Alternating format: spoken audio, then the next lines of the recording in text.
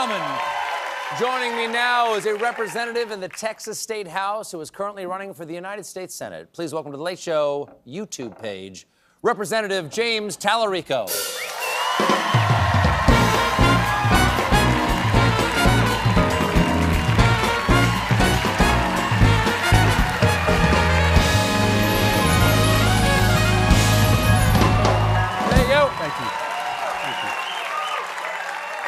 Now, here's the thing. I don't usually say this to a guest, but if people are watching this right now, it's because they found us online on YouTube. I did an act of the show that's on tonight explaining why. It's not the first time you've caused some drama. FCC opening probe into The View after appearance by Talarico. Do you mean to cause trouble? I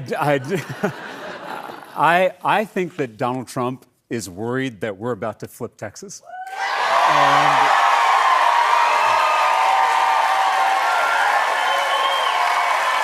And Stephen, this is the party that ran against cancel culture. And now they're trying to control what we watch, what we say, what we read. And this is the most dangerous kind of cancel culture, the kind that comes from the top. They went after The View because I went on there. They went after Jimmy Kimmel for telling a joke they didn't like. They went after you for telling the truth about Paramount's bribe to Donald Trump. Corporate media executives are selling out the First Amendment to curry favor with corrupt politicians. And a threat to any of our First Amendment rights is a threat to all of our First Amendment rights. So I'm just, I'm really thankful. To fact check you, my network said our cancellation was a purely financial decision. Got it. And yes. I remain very grateful for the last 11 years. Now, you grew up in Texas. I did. Here you are. I did. There you are. You can prove it. They give you the adult boots as a child, and you're supposed to just grow into them, I understand. That's right. You served in the Texas House, and now you're running for Senate. The race, frankly, should not be as interesting as it is. Donald Trump won Texas by 14%. Why do you think this year Texas is considered a possibility by Democrats? Well, I'm an eighth-generation Texan. My family has been in our state since it was Mexico. And across... So you're going to get deported, is what you're saying. Across the state, there is a backlash growing to the extremism and the corruption in our politics.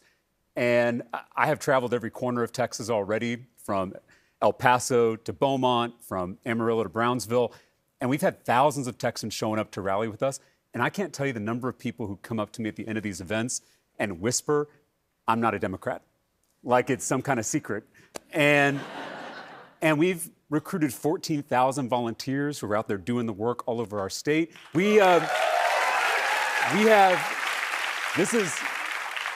This is one of the most exciting parts. We have shattered grassroots fundraising records, all without taking a dime from corporate PACs. And so this is really it's a people-powered movement to take back our state and take back our country. And I feel like we're building something really special in Texas, and clearly Donald Trump has taken note. Now, one of the things that's come up in some of the conversations you've had on the Texas State House floor, which some of the videos I've seen you do, and one of the things that's gotten you attention out there is that you are a Presbyterian seminarian. Presently? Yes. You're a seminarian? Yes. Okay. The right attempts to co-opt Christianity, to say that, you can't believe in God, you can't believe in Christ. I think that Donald Trump might have said something like that at the National Prayer Breakfast, like you can't actually be a Christian and be a Democrat. But the religious right is largely a political movement that references spirituality, but it's a political. What is your heartfelt hand out to the people who want to use religion as a tool of political power? Well, for 50 years, the religious right, a political movement, that is the perfect description for it, they convinced a lot of our fellow Christians that the most important issues were abortion and gay marriage. Two issues that aren't mentioned in the Bible, two issues that Jesus never talked about. Jesus in Matthew 25 tells us exactly how you and I and every one of our fellow believers, how we're going to be judged and how we're going to be saved. By feeding the hungry, by healing the sick, by welcoming the stranger. Nothing about going to church, nothing about voting Republican. It was all about how you treat other people. Don't.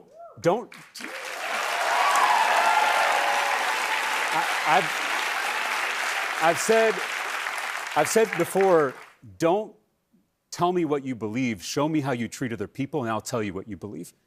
And I think in our faith, we've got to get back to those fundamentals. My granddad was a Baptist preacher in South Texas. And when I was little, he told me that Christianity is a simple religion. Not an easy religion, he would always clarify, but a simple religion because Jesus gave us 2 commandments, love God and love neighbor. And there was no exception to that second commandment. Love thy neighbor regardless of race or gender or sexual orientation or immigration status or religious affiliation. And it's why I have fought so hard for the separation of church and state in the state capitol in Texas, because...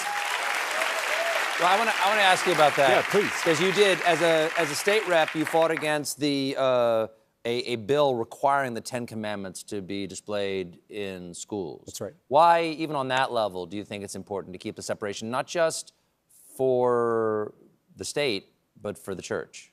Well, because we are called to love all of our neighbors, including our Muslim, Jewish, Buddhist, Hindu, Sikh, agnostic, atheist neighbors. And forcing our religion down their throats is not love. And it's why I have fought. It's why I fought so hard for that sacred separation in our First Amendment. Because my granddad, he raised me to believe that that boundary between church and state doesn't just benefit the state or our democracy, although it certainly does, but it also benefits the church. Because when the church gets too cozy with political power, it loses its prophetic voice, its ability to speak truth to power, its ability to imagine a completely different world. And so this separation between church and state is something we have to safeguard. It's something we have to fight for. And I think we need someone in the U.S. Senate who is going to confront Christian nationalism and say and tell the truth, which is that there is nothing Christian about Christian nationalism. It is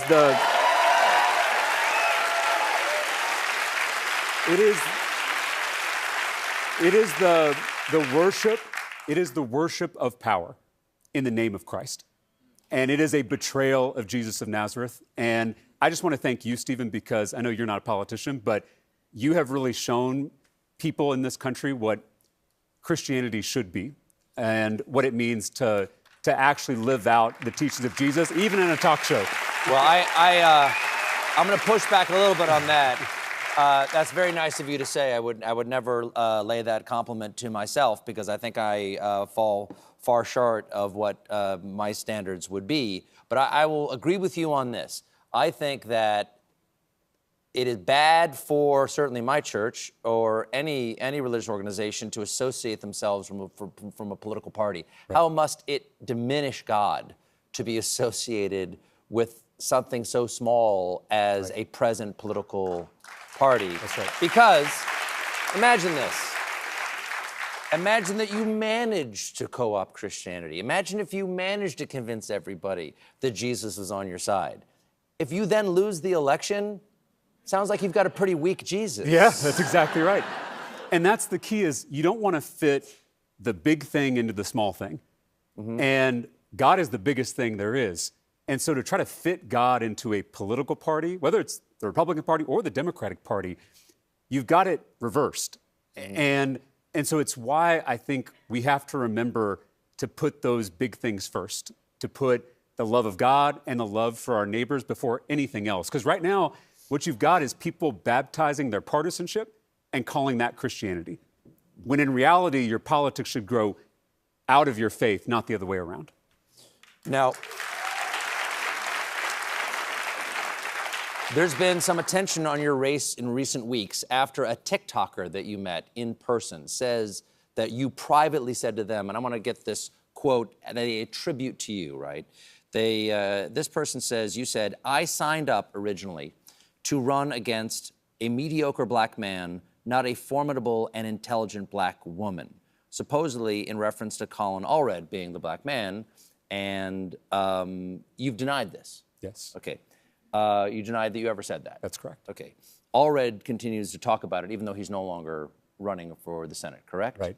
So where does that stand? How do you, as someone who this person says this about you, you say it didn't happen, how do you imagine this gets adjudicated, and what would you like to say to people? Yeah, I mean, we know that misinformation spreads on the internet, and it's sometimes like a game of telephone. As I said in my statement, I did critique Colin Allred's campaigning as mediocre, but I would never attack him on the basis of race. I respect Colin Allred deeply, even though we have disagreements on the best way to campaign and the best way to win Texas.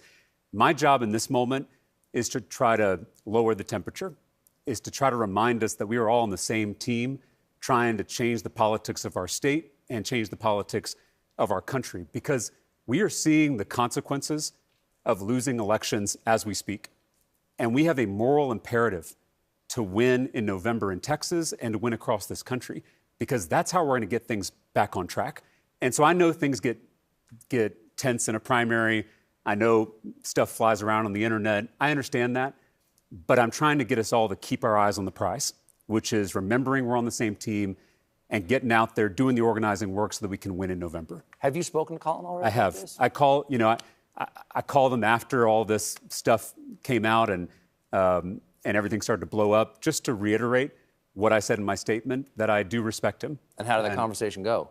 I don't want to reveal anything in a private conversation, but I hope that he and I walked away with a better understanding of each other. Now, you're serving in Texas House of Representatives. You've had your fair share of strange days. I understand you had to weigh in on legislation about, and I hope I'm reading this correctly, furries. I did. Now, I know what furries are, and is that the same furries that I do not use my work computer to search for? That's right. Yeah, when I ran for public office, I never thought I'd be talking about furries in this job.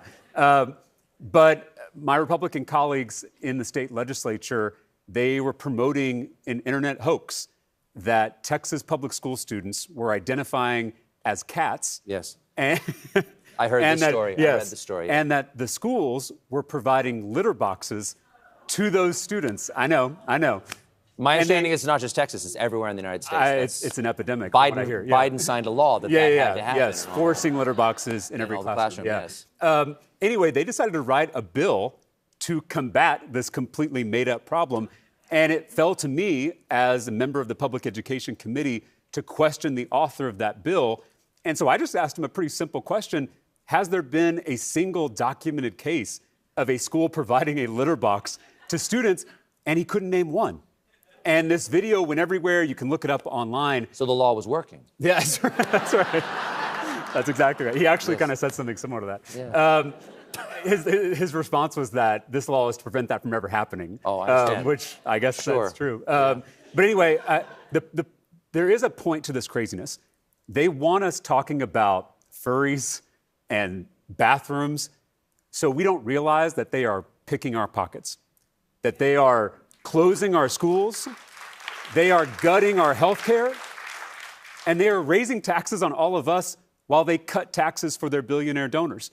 The culture wars are a smokescreen, because the real fight in this country is not left versus right, it's top versus bottom. Thank you, sir. Thanks so much for being here. Thanks for being the first guest to ever appear only on YouTube. I'm honored. I'm honored. Thank you. Representative James Talarico, everybody.